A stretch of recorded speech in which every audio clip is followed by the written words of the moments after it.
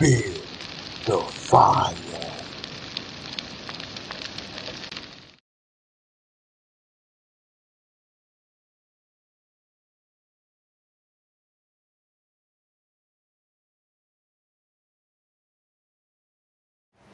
And it's the nightmare is even getting worse. Do you have any idea? That's not true. Yoran changed his story one time. I think he was scared because he sneaked out of the house that evening. I think he was scared and he wanted just to cover maybe other people too. This is not about Natalee anymore. This is about an enormous pressure from the states, media pressure. This is political, economical. It's just they don't know what to do and they need their victims. So it's really unbelievable what's going on. And it's really not about Natalee anymore. First they show this tape vividly. I understood from the American point of view this is not right. And this is not the Aruba that I know, that I love, and that I have in my heart, because here is something very, very wrong. I'm sorry. Anita, today, Is dit, ja, Brian? Nee, maar dit was not. He was sad about what happened. He blamed himself. He said he continues repeated, and today again, Mom, my thoughts are with the family. My thoughts are with Natalee. I know she's alive. She's somewhere. She's alive, and I should have brought her to a responsible adult. That I blame myself, and I will blame my whole life. But the truth will come out, and I will be out of here soon. That's what he keeps repeating and repeating. And when I look at this boy, I only can say he's telling the truth. And with now that my husband gets involved, I don't know where the pressure comes from. I don't know what's going on, but this is the most ridiculous case. And we're all people who try to live our lives right, with values, we try to educate our children well without.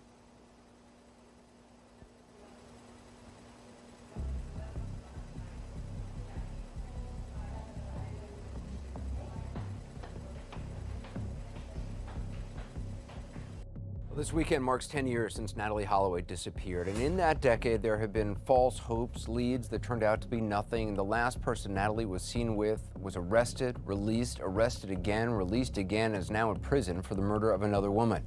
Natalee's father has been following leads this whole time, along with a private investigator. I'm going to speak with them both in a moment. But first, a look back at Natalee's disappearance and the newest piece of information in the case. Martin Savage reports. In the 10 years since Natalee Holloway vanished in Aruba, her father has never stopped looking for her. It's been a decade of false hopes and dead ends. Ponds, I've had dogs over there numerous times, searched cemeteries. I probably know that terrain better than some of the residents who live on the island. May 2005, Natalee Holloway's on a high school graduation trip to Aruba and disappears. Suspicions fall on 3 young men she's seen leaving a nightclub with, 2 brothers, and a Dutch national, the son of a judge, 17-year-old Joran Vandersloot. They first say that they dropped Natalee off at her hotel. Then the story changes. The brothers say that actually they dropped Joran and Natalee off at a different hotel. And Joran says that's where he left her, on this beach, alive and well. Hundreds of tourists and locals search for her. Authorities detain a number of people, then let them go. Dutch fighter jets are even flown overhead, scanning with sensors. Nothing is found. Many, including her father, believe Natalee's the victim of foul play, her body thrown in the ocean. Joran Vandersloot is never charged. The case goes cold. Then 3 years later, Dave Holloway gets a call from a mysterious man telling him She's on land and I know where her body is hidden. And my initial thought was, oh, this is another crazy. You have had a lot of those in this story, I believe. Quite a few. Holloway dismisses the lead, and the years drag on. In 2010, Joran Vandersloot is arrested and eventually convicted of the murder of 21-year-old Stephanie Flores Ramirez in Peru, 5 years to the day Natalee Holloway vanished. To Holloway, it's more proof Vandersloot's responsible for his daughter's disappearance. But he's no closer to finding her. In 2012, a judge legally declares Natalee dead. Then in March, he gets a phone call from a Dutch journalist who tells him of an amazing lead, an eyewitness to his daughter's death. Did you know who he was referring to? I did not at the time. I said, well, who are you referring to? And he started bringing me up to date. And I said, well, that seems like that same guy who contacted me back in 2008. And just as in 2008, the witness says Natalee is buried on land. After years of disappointment, Holloway is afraid to believe it. And I thought, well, I can't go here because I've gone through so many of these where they had details and facts and it turned out to be nothing. So he asks a private investigator to check the witness out. And soon the investigator calls back. I said, hey, Dave, said, the guy passed this voice analysis test. And I thought, oh my gosh. I had the best time of my life. Now, for the first time in nearly a decade, the dad who never gave up dares to hope he may finally bring his daughter back home. Natalee Holloway's name was everywhere. What happened to Natalee Holloway? But the 17-year-old herself was nowhere to be found. Where she went and what happened to her has been a mystery that has haunted her family, friends, and investigators for years. The search for Natalee stretched across the island of Aruba. Back in May 2005, a straight-A student, Natalee celebrated graduating from high school with a class trip to Aruba. The Mountainburg students had been there the previous 2 years, even my stepson. And there were going to be 150 plus classmates. So we felt like, there's safety in numbers. On May 29th, the night before they were due to fly home, Natalee and her friends went to the casino at their hotel where they met a 17-year-old Dutch student named Joran Vandersloot. I just remember seeing him and wondering what he was doing, hanging out with my friends. He just looked like an average, normal high school guy. Later that night, Vandersloot joined them at the popular night spot Carlos and Charlie's. At the end of the evening, Natalee was seen getting into a car with Vandersloot and his two friends, brothers Deepak and Satish Kalpo. It was the last time her friends ever saw her. Less than 12 hours after her daughter was reported missing, Natalee's mother, Beth Holloway Twitty, was in Aruba. I'm not leaving Aruba without her. Vandersloot initially told authorities that he and his two friends had dropped Natalee off at her hotel. I viewed the video footage of the interior of the Holiday Inn lobby, of how the tourists can enter the lobby. Natalee never entered the lobby. Vandersloot then claimed he'd left Natalee on the beach, not at the Holiday Inn. On June 9th, he and his friends, brothers Deepak and Satish Kalpo, were arrested on suspicion of being involved in Natalee's disappearance. While investigators tried to build a case against the young men, a massive search was underway in Aruba. It is now that I ask the world to help me. A search that would ultimately prove fruitless. In September 2005, 3 months after they were arrested, Vandersloot and the Kalpo brothers were released. She has been gone for 97 days. That's 93 days too long, and I have painstakingly counted each one. The case seems stalled, but 2 years later, in November of 2007, the three suspects were arrested again on suspicion of involvement in manslaughter and causing serious bodily harm that caused the death of Natalee Holloway.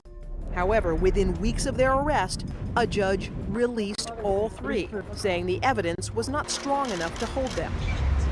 In February 2008, almost 3 years after Natalee's disappearance, the case caught up with Vandersloot again. Very latest developments in the Natalee Holloway case.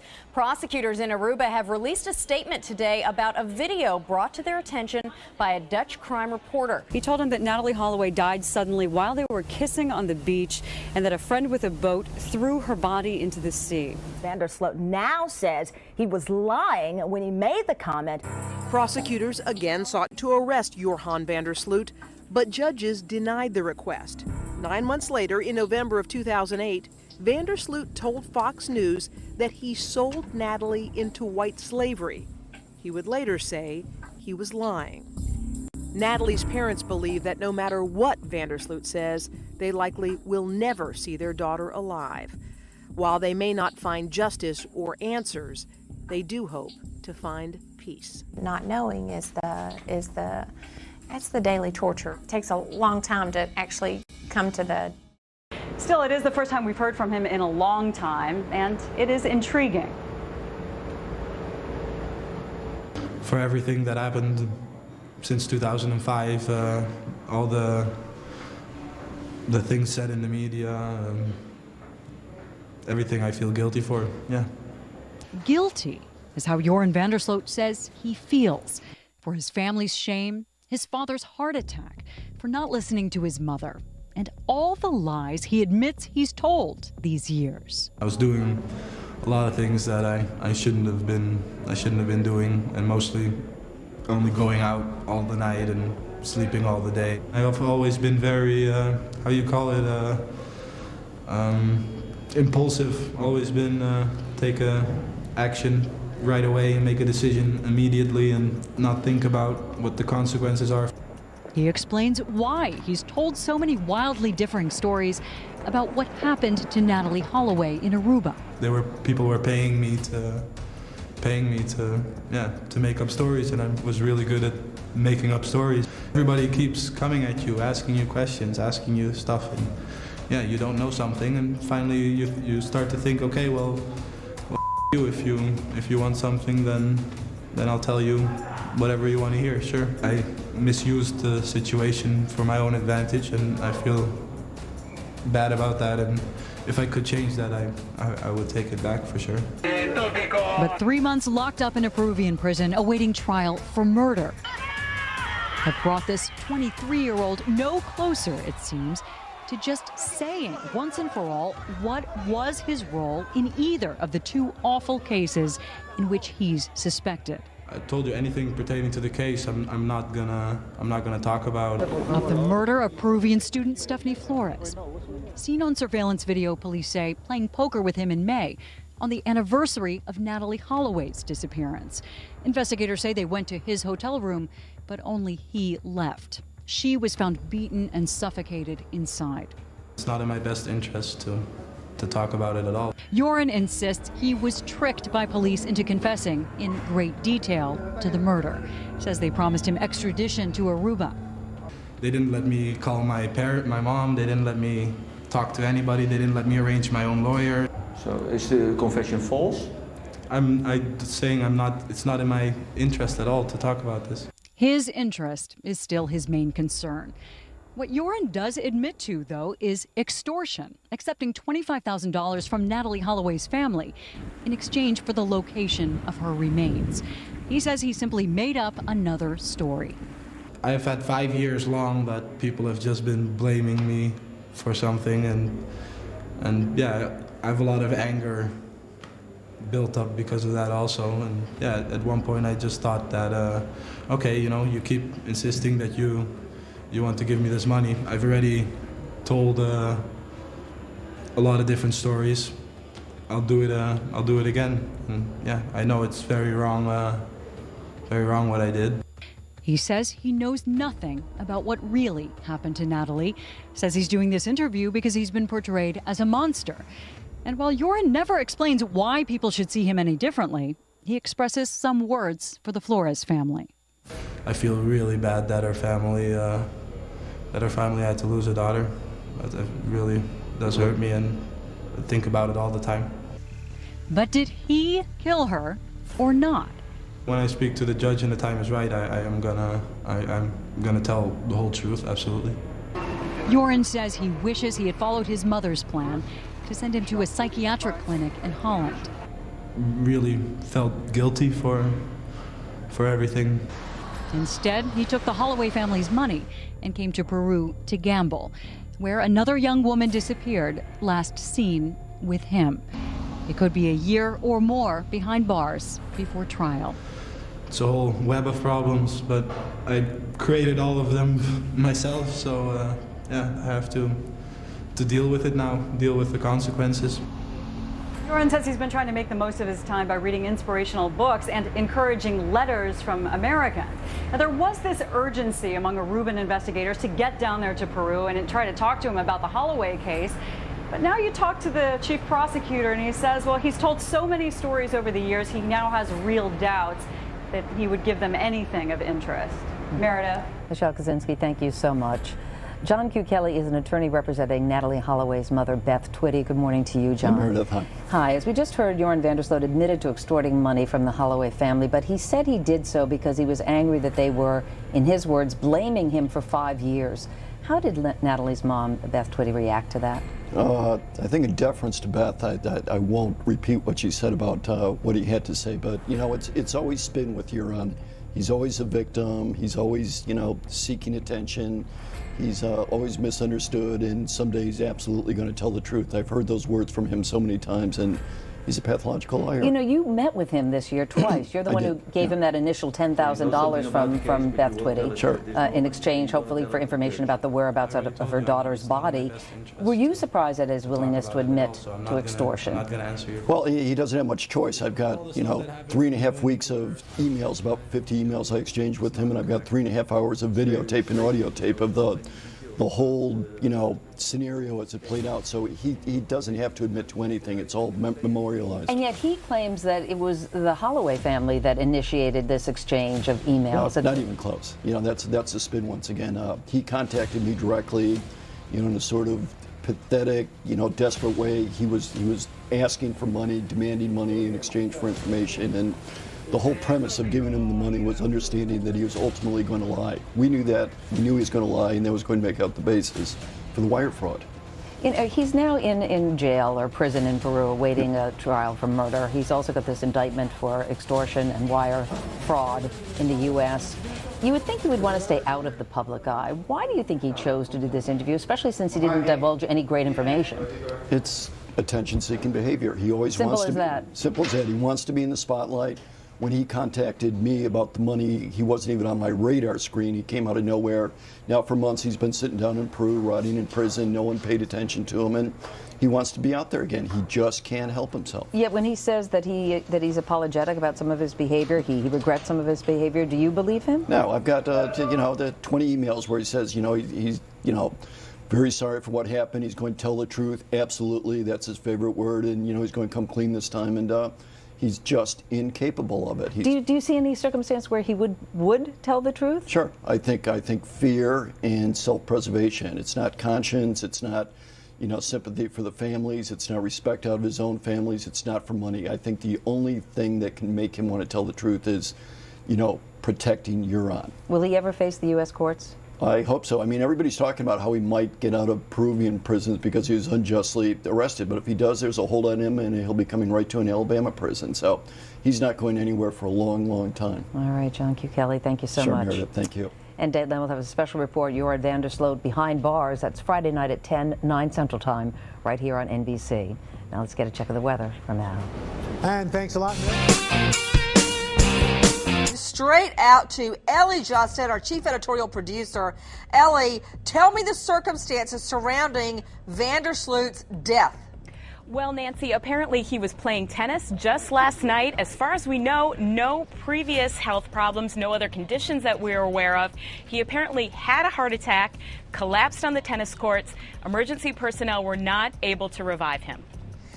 Ellie, we were just showing a shot. There you go. There's Judge Paulus Vandersloot running from the camera, trying to get into his car. Refresh our recollection, Ellie. Just take it from the top. What was his perceived, alleged involvement in the cover-up for his son, Joran Vandersloot, the former suspect in the disappearance of Alabama beauty Natalee Holloway? Well, Nancy, Paulus Vandersloot always claimed that his son, Joran Vandersloot, had nothing to do with Natalee Holloway's disappearance. But police initially believed that he may have been involved in the cover-up. As a matter of fact, just about a month after Natalee Holloway went missing, Paulus Vandersloot was arrested, taken into custody, 3 days later, he was released. They said there was no evidence. He later actually sued the Aruban government, won a settlement of $30,000 for false arrest. But Joran van der Sloot himself said in interviews, which he later took back, he's always making statements, taking them back, but he did claim at one point that he told his father what really happened that night. He told his father that he had sold Natalee Holloway to a man on the beach who wanted a sex slave. He says that his father told him, keep your mouth shut.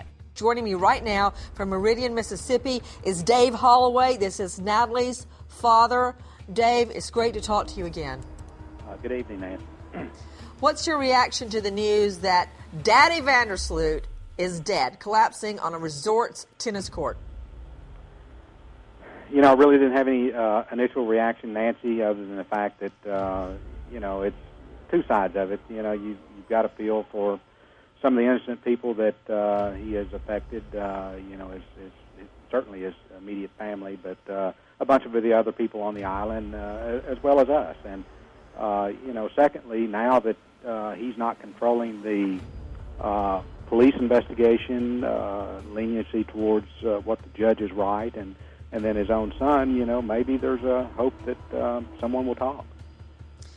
With me is Natalee's father, Dave Holloway, who did everything in his power to try to find his daughter. Can you imagine your child going away on a senior trip, well chaperoned, a great bunch of kids, great chaperones, monitored, and then you get the word, everybody came back but your daughter. Dave Holloway, what do you believe Judge Paulus van der Sloot's involvement was in covering up for his son? My thoughts are is that once Joran was taken into custody and he gave his initial deposition, I think that's where Paul van der Sloot came into action as far as changing up the statements and then doing what he had to do. Took the photo. Joining us exclusively out of Harrisburg, Pennsylvania, Patty and John Muldowney. First to you, Patty. You took the photo, right? Yes, I did. Tell me what happened. What led you there? Well, we went on a snorkeling trip, and they stopped right at that area. So we all jumped off, and we went snorkeling. So a boat actually took you out to the area, Miss Muldowney? Yes. Mm-hmm. Yes. Okay, so what I'm getting at is this wasn't just off the shore where you walked out and then went face down in the water snorkeling. A pleasure boat took you out to the area, then you jumped off the boat. Yes, that's right. Okay, so you were a little bit further out. Okay, then what happened, Miss Muldowney? Then I had my camera and I started to snap pictures of all the fish. That was the main reason why I was out there, to snap some colorful fish. And so I was out there, and then after it was, then I came up onto the boat. It was a disposable camera that I was using. So at that time, you didn't realize really what you had captured on film. That's correct. Was your husband, John, with you? He was actually on the boat. Two friends of ours, they were the ones that were snorkeling with us. There was a group, but my husband was actually on the boat. He did not go snorkeling. Had you ever snorkeled before? Years and years ago. Was anyone actually diving and going down to the ocean floor? No. Okay. No. To John Muldowney, what do you recall when you first took a really hard look at this photo? How did that come about? When I looked at that photo, I said, by darn, that certainly does look like a skeleton. But I started showing it around to different people, getting comments. What do you think? I just tell them to look at this picture. What do you see? And of course, there's that little snake that Pat was taking on the right side of the picture. And then they'd look and say, oh my God, yes. That looks like a skeleton, a human body. So I did show that to an awful lot of people, even my doctor, and they all agreed that that is a corpse. You can see the skull, you can see where the eye sockets were, you can see where the chin was, the arms, it's laying flat on its back, and its arms are cradled around. You can almost see fingers. And then on the one sleeve, it looks like some kind of maybe clothing that's deteriorating. It's, you know, you couldn't tell if it was a garment or not. But like I say, we sure showed it to a lot of people, and I wouldn't tell them. I'd ask them, what do you see when you look at that picture? And when the police saw it, they called the FBI. And the FBI transferred me to Quantico, Virginia, and I told them the story. They put me in with Philadelphia, with the FBI in Philly. They told me to send them the picture. One of them. That one. It's called the Spyglass Tower, and it belongs to Marriott. Juriaan de Jong says on the night she vanished, he saw Joran van der Sloot bury Holloway at what was then just a construction site. He made an opening in the cross under the foundation, and he pulled her by the ankles inside the crawl space. Eric Oldhoff is the new prosecutor in the island, and he has spent weeks investigating de Jong's information and determined it doesn't add up. I don't know if he's lying. I can only say that his statement can't be true. According to Aruban investigators, the night Natalee disappeared, construction of the Spyglass Tower hadn't started. The structures de Jong says he saw weren't there. The Marriott says, looking at the date, the 30th of May 2005, there was no construction at the specific spot that Mr. de Jong pointed out. No building, then no body. Then no way is de Jong's story true. And then there is this, a satellite image from Google Earth taken in June 2005, just a few weeks after Natalee disappeared. And there's a construction site, and what appear to be the blurry outlines of structures. In a statement to CNN, Marriott says, Mr. de Jong has contacted Marriott in the past, and each time we have suggested to Mr. de Jong that he present his account of the matter to the authorities. As we have done all along, we cooperate fully with the authorities whenever they are conducting an official investigation. But the new investigation seems to rely almost entirely on Marriott's assertion there was no construction. What if they're wrong? Well, I think they're not wrong, because they can prove it with some photographs and some other material. Natalee Holloway's father led a number of ground searches in Aruba and remembers the site and believes it was never searched. I was there on June 1st, and there was definitely construction in that area. The prosecutor isn't the only one doubting de Jong. Joran van der Sloot doesn't think much of him either. Currently in a Peruvian jail convicted of murdering a young girl, he didn't call him a liar. Instead, speaking through his attorney, he called de Jong, quote, a crackhead. He says de Jong was a drug dealer and is only out for money. Did he ever ask you for money? No. Have you ever asked from the Holloway family, from media, from anyone, money for the information you have? No. De Jong laughs it off, saying van der Sloot's angry because he's scared. I think he's desperate. I mean, the only reason why he does that is that he's afraid that people are going to believe me. So what happens now?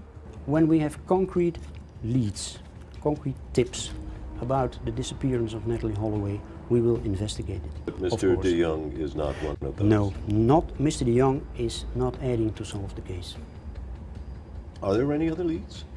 Not at the moment. Despite years of trying to convince someone he knows where Natalee is and who put her there, de Jong says once again, nothing will happen. It would damage. Yeah, a pretty amazing story. By the way, we're standing in front of the hotel where Natalee Holloway stayed 10 years ago. Juriaan de Jong is this witness's name. He lives in Amsterdam. He's Dutch, but he was here in 2005. He admits he's got a criminal past. But what you find out is that this is not really a new witness. This is a guy who's come back time and time again to the Holloway family, to the authorities, trying to convince them what he saw is really what happened. The problem is a lot of people, almost everyone, believes Natalee ended up in the ocean. No one wants to hear otherwise. When we heard this, we said, we gotta see this guy. So we flew to Amsterdam. Tomorrow we'll introduce you to him. We'll sit down and we question him and grill him.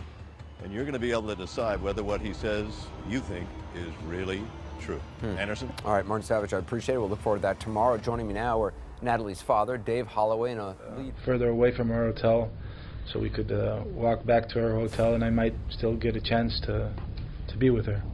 Okay. That's what I was hoping for. Okay. So what happens? Yeah, Deepak drops me off at a place a little right of the Marriott hotel known as the Fisherman's Huts. This place is not so far from, the next hotel is the Marriott, and the next hotel after that is another Marriott, which is a timeshare, and then it's the Holiday Inn. Well, we walk along the beach. Do Deepak and Satish get out? Come with what happens? Deepak and Satish leave. They leave. They go back to their home. I assume they go back to their home. They get in their car and they leave. I'm actually with Natalee walking along the beach. I find a space before we get to the Marriott hotel, where I lay her down. We lay down together in the sand, and we start kissing each other.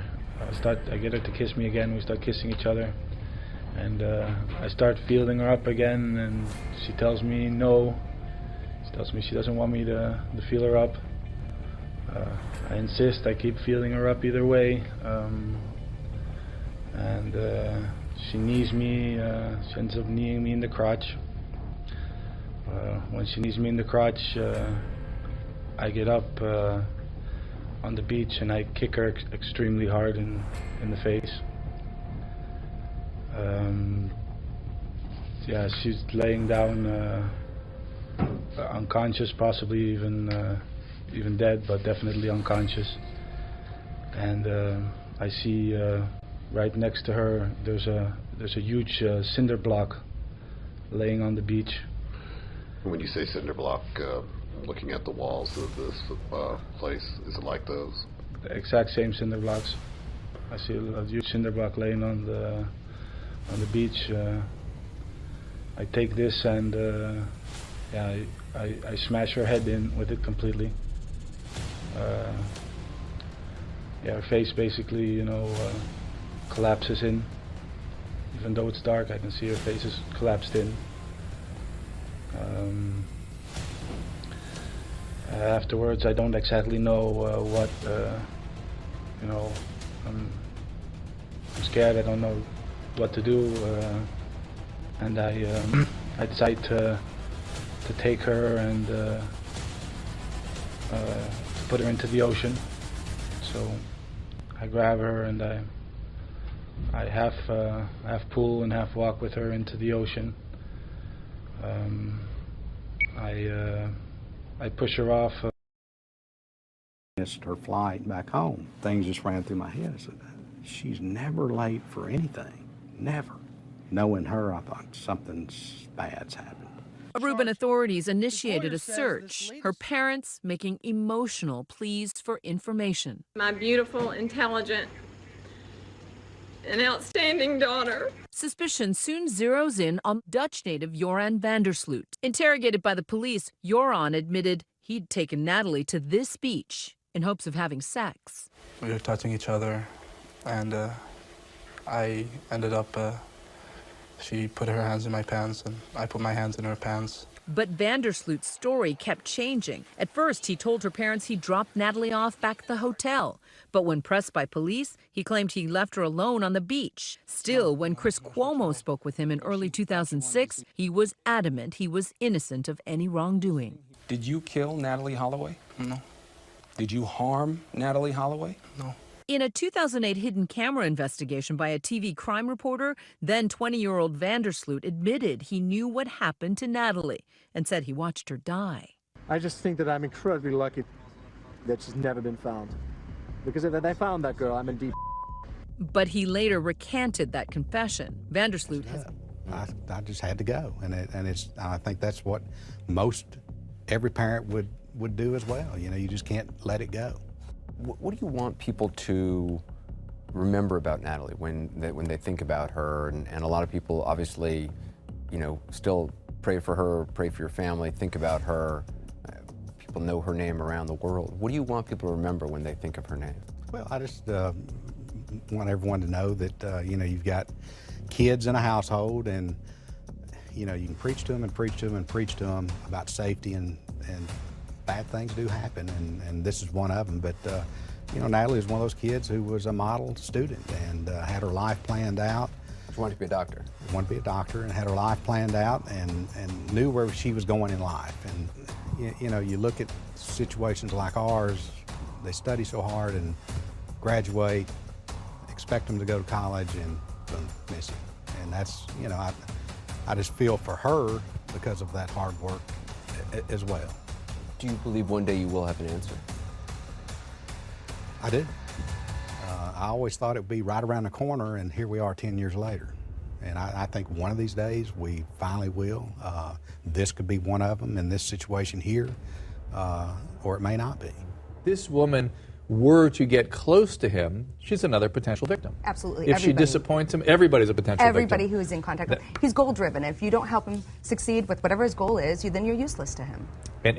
But what drives him to kill? It's not like if you don't give him the money, he's going to kill you. It seems like if you don't have sex with him, he's going to kill you. Well, yeah, he's different. I think he's a lot of psychopathic features, but he's a little different. But psychopathic features, I'm talking about, he's unemotional, he's callous, he doesn't experience a lot of remorse. But he's different in the way he murders. It seems like he almost kills out of rage and impulsivity because he's sloppy. He's a sloppy murderer. So it's not a sexual thing. He's not actually getting off on the killing, it seems like. Well, I right? think the lack of sex can lead triggers to rage. it. That's what seems to trigger this rage. Okay. Exactly. Now let's go back to the letter. In the letter, he starts talking to police by saying he was born in the Netherlands. This is the letter. This is where he talks about his life. This is my life story. This is the clever little letter he wrote. Then I moved to Aruba when he was 2 years old. Then he went on to play tennis and even graduated with honors. Now, by the way, these guys are often smart, right?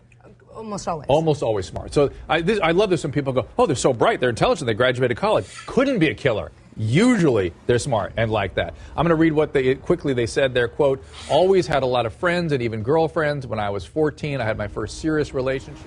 And it's the nightmare is even getting worse. Do you have any idea? That's not true. Yoran changed his story one time. I think he was scared because he sneaked out of the house that evening. I think he was scared and he wanted just to cover maybe other people too. This is not about Natalee anymore. This is about an enormous pressure from the States, media pressure. This is political, economical. It's just they don't know what to do and they need their victims. So it's really unbelievable what's going on. And it's really not about Natalee anymore. I understood from the American point of view, this is not right. And this is not the Aruba that I know, that I love, and that I have in my heart, because here is something very, very wrong. I'm sorry.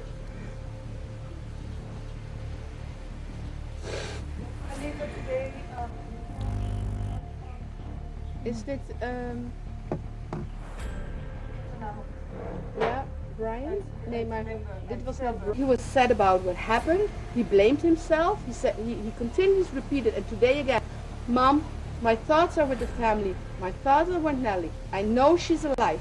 She's somewhere. She's alive, and I should have brought her to a responsible adult.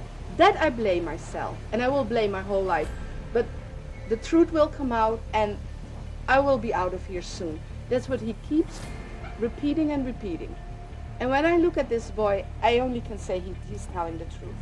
And with now that my husband gets involved, I don't know where the pressure comes from. I don't know what's going on, but this is the most ridiculous case. And we're all people who try to live our lives right, with values, we try to educate our children well, without.